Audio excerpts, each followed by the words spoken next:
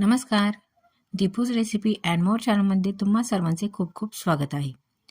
कोथिंबीर आपण 3-4 महिने कशी स्टोअर करू शकतो, तसेच कोथिंबीरचा रंग आणि चव टिकवण्यासाठी काही खास टिप्स. त्यासाठी व्हिडिओ शेवटपर्यंत बघा. आणि जर चॅनलवर नवीन असाल, चॅनलला अजून सबस्क्राईब केलं नसेल तर जरूर सबस्क्राईब करा. कोथिंबीर स्टोअर करण्यासाठी मी ते कोथिंबीरच्या 2 मोठ्या गड्ड्या व्यवस्थित साफ करून घेतल्या आहेत. कोथिंबीर आपल्याला या प्रकारे व्यवस्थित अशी साफ करून घ्यायची आहे. आता ही कोथिंबीर अशीच कट न करता 1-2 पाण्याने स्वच्छ धुवून घेणार आहोत. त्यानंतरच ती कट करणार आहोत. हे बघा, इथे मी कोथिंबीर 2 पाण्याने स्वच्छ धुवून घेतली होती आणि 10 मिनिटं त्यातलं पाणी पण निथळू दिलंय. आता लगेचच आपण कोथिंबीर कट करणार आहोत. आता थोडी थोडी करून आपण ही कोथिंबीर शक्य होईल तितकी बारीक कट करायची आहे. म्हणजे ज्या वेळेस आपल्याला ती कुठल्याही पदार्थाला वापरायची असेल तर त्यावेळेस लगेचच वापरता येईल. हे बघा, इथे मी ही कोथिंबीर या प्रकारे कट केली आहे आणि बाकी कोथिंबीर पण लगेचच कट करणार आहोत.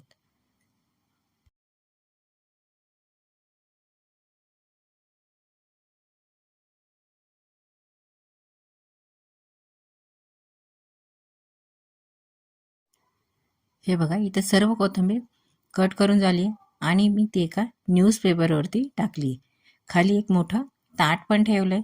त्या ताटावर न्यूजपेपर घालून त्यावर आपण ही कोथिंबीर या प्रकारे पसरवून देणार आहोत.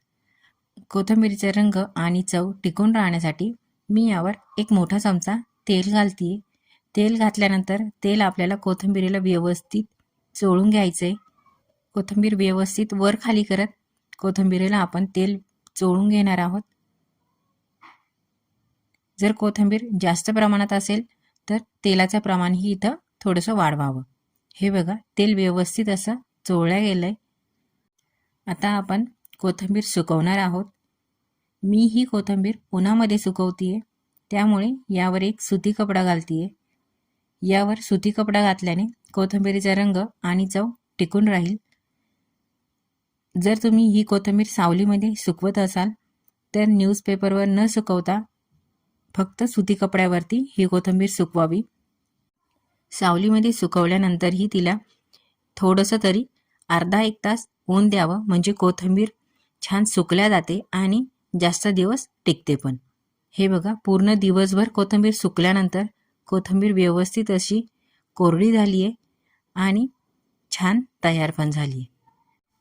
आता ही कोथिंबीर आपण 2-3 महिने एखाद्या बरणीमध्ये स्टोअर करून ठेवू शकतो आणि गरजेच्या वेळेला वापरू शकतो.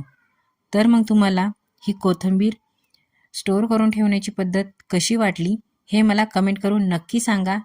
आणि चॅनलला जर अजून सबस्क्राईब केलं नसेल तर जरूर करा.